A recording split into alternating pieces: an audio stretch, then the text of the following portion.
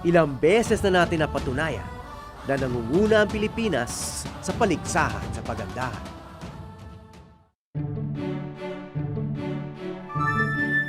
Bago pa man nagkaroon ng Miss Universe, matagal nang may Miss Philippines.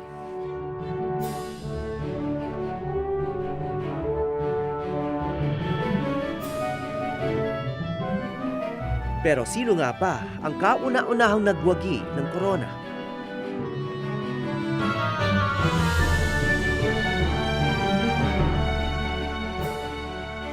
Sino nga ba ang unang reyna?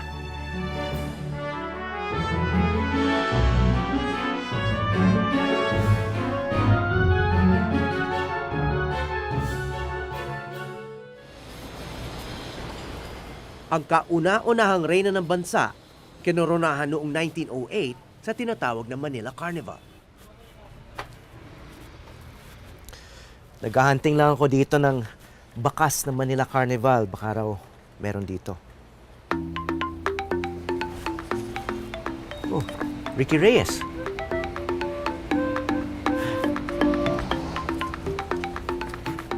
Cory.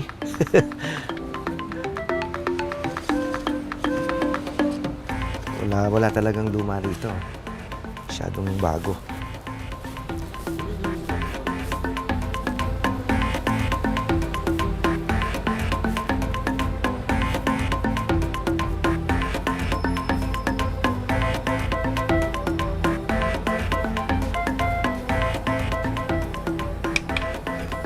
Magandang hapon po. Dito ba yung mga lumang litrato? Nandito pa sir, ng side po na to. Naka-frame pa sila. So ano yung mga litrato nyo rito? Ito mga Ito kasi artista. mga artista to sir. Mga anong panahon yan? Mga 1950s, 60s sir. 50s and 60s. Tapos, itong may kulay, Ayan, 60s na mga siguro. 60s, 70s, Sino to? Si Maggie de la Riva sir, tsaka si FPJ. Kasi FPJ. Oo nga no. Batang-bata pa sila dyan. Ayan, sila Gloria Romero. Tapos, ito mas luma pa. Yan kasi sir, mga queen yan, mga piyesta dati yan sir. Anong dekada to? Mga 1930s din po sila 1930s. Kahilera ng mga artista ang mga litrato ng mga unang beauty queens ng bansa. Noong araw pa, iniidolo na sila. Yung mga unang Carnival Queen, yung mga 1908. 1908 po kasi yan. Oo, nagsimula yan si eh. Pura. Oo, si Pura. Villanueva. Oo. Tapos naging anak niya si Maria Cadaw. Oo. Mahirap na nga raw hanapin ang mga lumang litrato ng mga unang beauty queen. Kung tutuusin, mahigit 100 taon na kasi ang nakalipas mula noong hinirang sila. Pero dito raw sa Pampanga, matatagpuan hindi lang mga litrato, kundi medalya.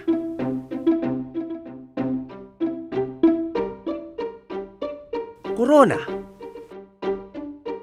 At maging ang program mula sa kauna-unahang pambansang beauty pageant.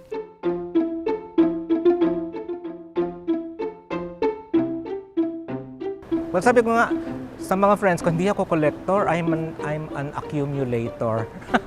Because nung panahon ng kabataan ko, pakrat ako, I saved everything, including my lunch boxes, yung text ko, andyan pa, mga toys ko.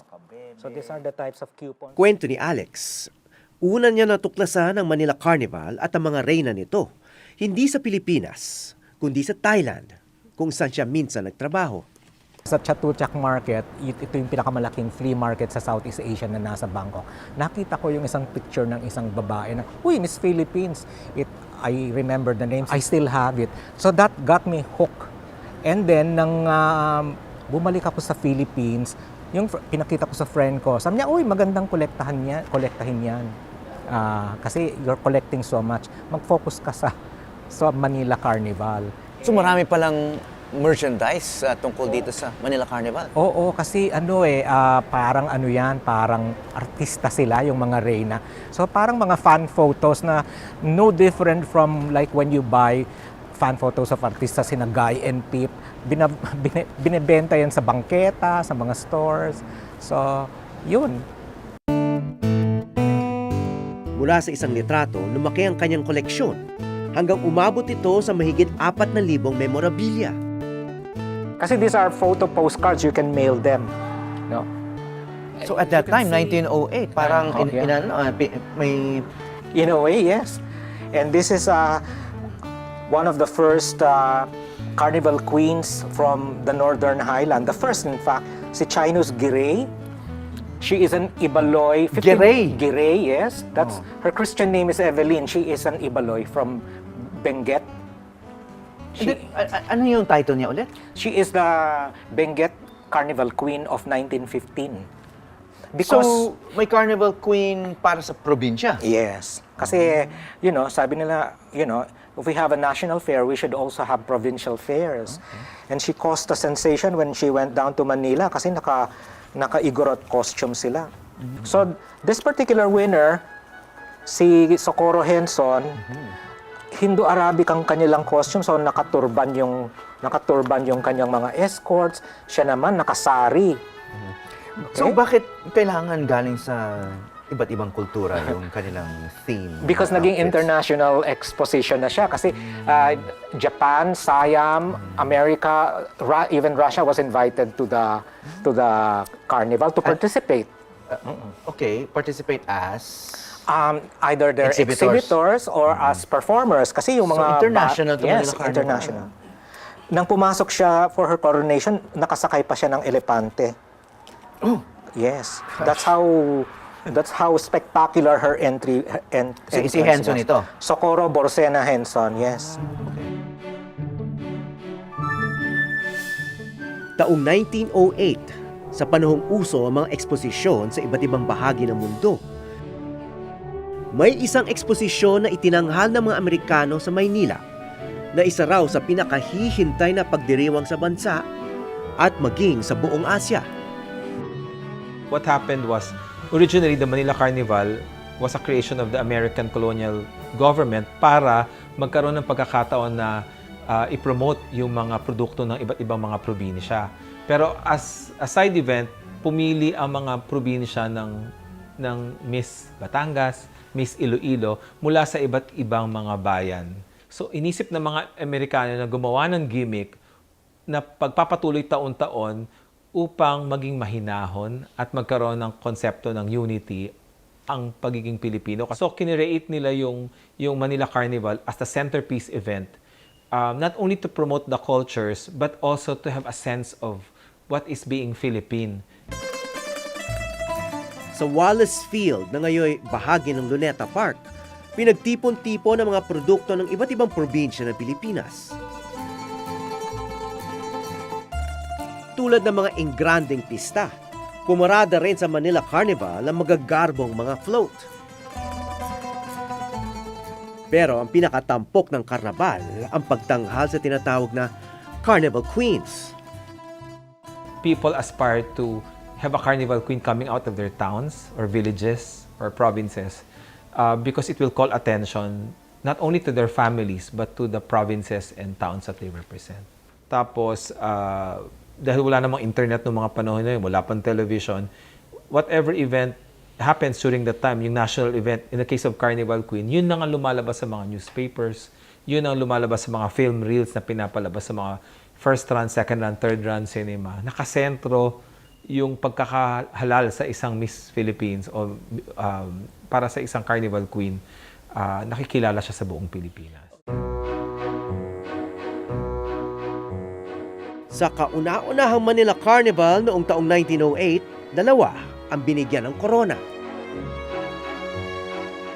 Isa para sa Queen of the Occident, ang Amerikanang si Marjorie Colton. At isa para sa Queen of the Orient na mula pa sa Iloilo, ang unang reyna ng bansa, si Pura Villanueva.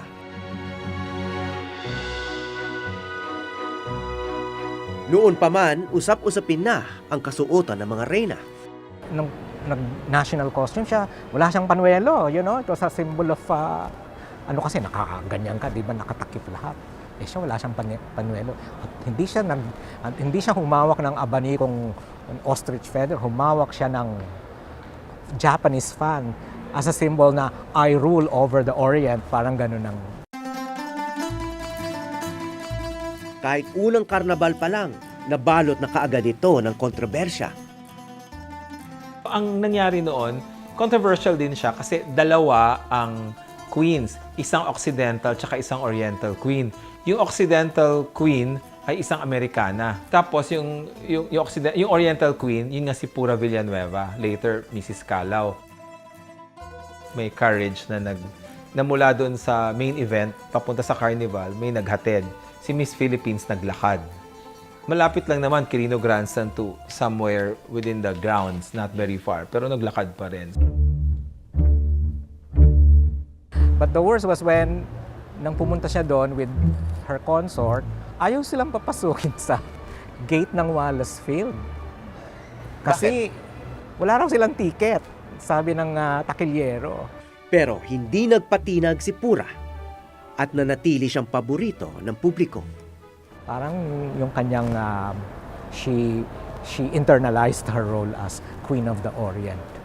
And the media saw that. That's why the rivalry or the comparison between the two was played up talaga sa media. Talagang sabi niya, wala, winner by a mile.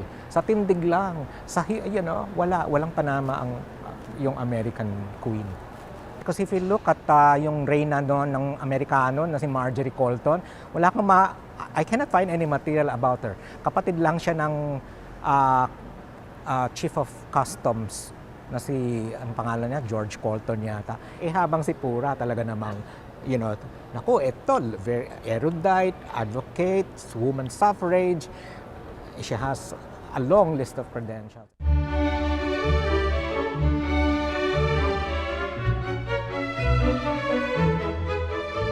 Ang Maria Clara na imahe ng mga kababaihan, unti-unting binago ni Pura Villanueva.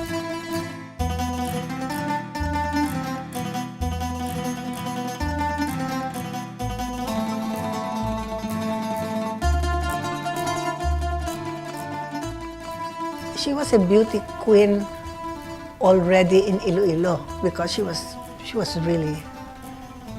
really beautiful. Her skin was white with a high nose, and her stature, she was very elegant. Isang malaking karangalan ang tumayo bilang reyna ng probinsya. At lalo pa kung mahirang na reyna ng buong Pilipinas. Siya si Pura Villanueva, tubong Iloilo, na masasabing unang Miss Philippines ng bansa. Pero taliwas sa mahinhin dilag na inaasahan ng marami, palaban daw ang unang reyna.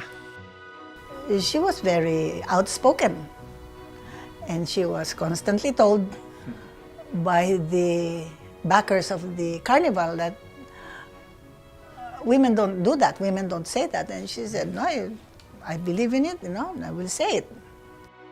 Kailangan si Miss Philippines medyo mahinhin ng konti, and she didn't believe in that. Pilipino at abogado ang tatay ni Pura, habang purong Espanyola naman ang kanyang ina.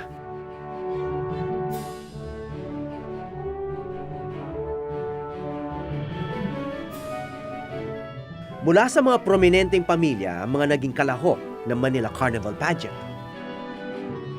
Si Pura kasi, siya ay Ilongga. So, siya sa Iloilo, ang kanyang kwento ay yung kanyang tatay, inaasahan siya ay maging lalaki kasi yung panganay ay babae. Pero maganda naman, yung ama ay sabihin na natin, mulat, enlightened. Hinayaan si Pura na isulong kung anong gusto niya. At ang kanyang nagustuhan ay bilang isang journalist. Nagsusulat siya ng isang column sa isang pahayagan. You have to remember that she had a strong Western influence because her mother was Western. And the Western influence at that time was pretty strong. And that's why, you know, her mother was very vocal about how the Filipino women are very, you know, mahinihin. Bago pa man naging beauty queen, isa ng kilalang kolumnista sa Iloilo si Pura. At ang madalas niyang tema, ang pagsulong ng karapatan ng mga kababaihan. She was quite a character, considering the era she lived in. She was very advanced in terms of attitude towards men and attitude towards life. Bago siya nakilala sa Maynila, itinatag ni Pura ang Asosasyon Feminista Ilongga noong 1906, isa sa mga unang feminist organizations sa bansa. So, yun isang proyekto nila na mabigyan ang mga babae ng gatas na malinis, no, para sa kanilang mga sanggol. In other words, parang yung mother and child care, parang concern nila yon, no, na dapat maasikaso ang ina, maasikaso rin ang bata. Kaya mga puericulture centers, noon very common noon noong American period, na mother and child care ay dapat isulong. Pagdating ng taong 1900, mabilis nagbago ang Pilipinas. Sa panahon ng mga Amerikano, dumami ang oportunidad para sa mga kababaihan. At this point in time, generally women were in transition because you will have altogether a different educational system during the Spanish period and the American period. I think during the American period, the Filipino was open to a secular kind of education, no longer religious. And I think very important there was the encouragement of the American government for women to be educated or to have an enlightened education. And this helped very much when the Americans opened the University of the Philippines because it allowed women to enter tertiary education and to finish professions which before were male-dominated, like medicine, that was a male-dominated profession. Lumawak din ang landas ni Pura. Kung hindi dahil sa Manila Carnival, hindi siguro makikilala si Pura sa Maynila. Sa Maynila rin may isang kapwa manunulat na nabighani sa kanyang talino at ganda at lumikha ng mga akda tungkol kay Pura. Si Teodoro M. Calao ay naging asawa ni Pura Villanueva. Naging miyembro si Calao ng gabinete ni Pangulong Manuel L. Quezon. Sikat na si Pura nang sumabak siya sa pinakamalaking laban sa kanyang buhay, ang pagsulong ng karapatan ng mga Pilipina na bumoto. Meron siyang parang personal mission na i-intellectualize ang mga kausa ng kababaihan at ginamit niya yung kanyang pagiging carnival queen, pagiging asawa ng isang prominenteng Pilipinong intelektual at politiko. At nakita natin ito kung paano nagawa ni Pura Villanueva Calao, sinuportahan niya yung women's suffrage, yung pagboto, yung karapatan ng mga kababaihan upang bumoto sa ating mga eleksyon. Ang mga nanguna sa labang ito ay itinuring ng mga panuelo activist.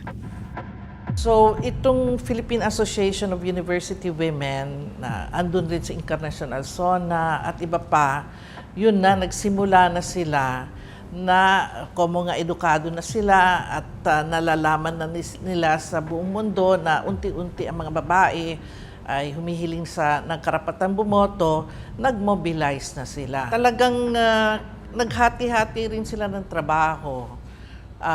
Meron na tututok sa lobbying, may tututok sa fundraising, may tututok sa kampanya sa buong bansa. So, kay Pura ang parang overall supervision ng campaign. My grandfather said that she hardly slept or ate. She had her workers, and they divided the country into so many, and they had blocks. And I mean, it was a real organized effort. And she got the number of signatures Quezon demanded, and she brought it to him and said, okay, yan. Sa taong 1937, nagwagi ang mga panuelo activist nang pirmahan ni Pangulong Manuel Quezon ang batas na nagbibigay ng karapatang bumoto sa mga kababaihan ng bansa. Ang tagumpay ni Pura Villanueva Calao ay isang hamon pa rin hanggang ngayon sa mga sumunod sa kanya. Ang pagsuot ng korona ay isang pagkakataon upang maglingkod at lumaban.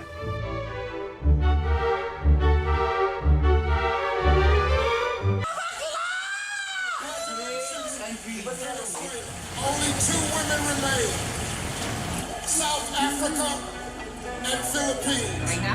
The new Miss Universe is...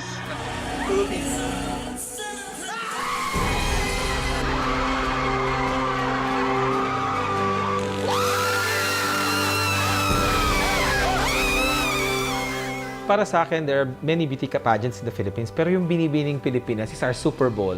So, you can see how far pageants can have impact on the lives of daily Filipinos.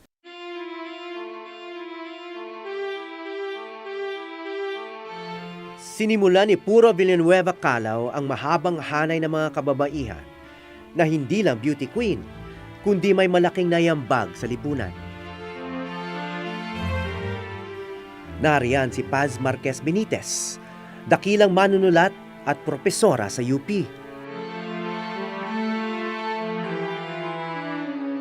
At maging ang anak ni Pura, si Maria Calao Katigbak, naging Manila Carnival Queen din at pangalawang babaeng senador sa Pilipinas. At ngayon may Catriona Gray. Kahit isang siglo ang pagitan ng kasalukuyang reyna at ang kauna-unahan, tila hindi sila nagkakalayo. The way Catriona Gray won Miss Universe, she won because she was not a typical pageant contestant. She had a cause. She carried herself very well walking. She had wonderful evening gown, national costume, and so on. Pero meron siyang kausa. At yung kausa na yan was something na they took from Pura Villanueva Calao. Before Pura Villanueva Calao, we didn't have a lot of women role models during that time. We had, during the Spanish regime, Gabriela Silang. We had Tandang Sora. If we had another queen during that time, it would have been a different story. If we had a submissive Miss Philippines in 1908, it would have been another backstory. But for me, Pura Villanueva Calao, on her own, was already thinking ahead of her time. Bagamat mga mistisa ang dalawa, si Pura na kalahating Espanyol at si Catriona na kalahating Australiano. Tila ang nananalaytay sa kanila, dugong Pilipino. Hindi tulad ng marami sa atin, lumaki sa ibang bansa si Catriona. Pinili niya maging Pilipino at sinikap suriin ang kultura nito. Kasi, like Pura Villanueva Calao, si Catriona Gray did not, parang since she arrived in the Philippines, increasingly through the years, she spent more time trying to make sense of her being Filipino and putting meaning and value. Kasi meron siyang cause and she lives by it every day. Punta siya sa Cordillera, punta siya sa iba't ibang parte ng Pilipinas. Sinaliksik niya yung kultura at kung saan yung mga costumes, yung mga traditions ng iba't ibang mga rehiyon. Thank you so much, Doc. I will definitely take pride in showcasing your culture to the international stage. Not every beauty candidate can do that. I think she's quite an I think Catriona is not physiologically, but in a way, she descended from the values and principles unconsciously of Pura Villanueva Calao. But they don't come every so often. Kilala natin siya o hindi, lahat tayo ay nakikinabang sa mga ipinaglaban ni Pura Villanueva Calao isang siglo ng nakaraan. Matapang na tumugon ang unang reyna sa mga hamon ng kanyang panahon. Isang matayog na halimbawa, hindi lang para sa kasalukuyang reyna. Ako po si Howie Severino at ito ang Eyewitness.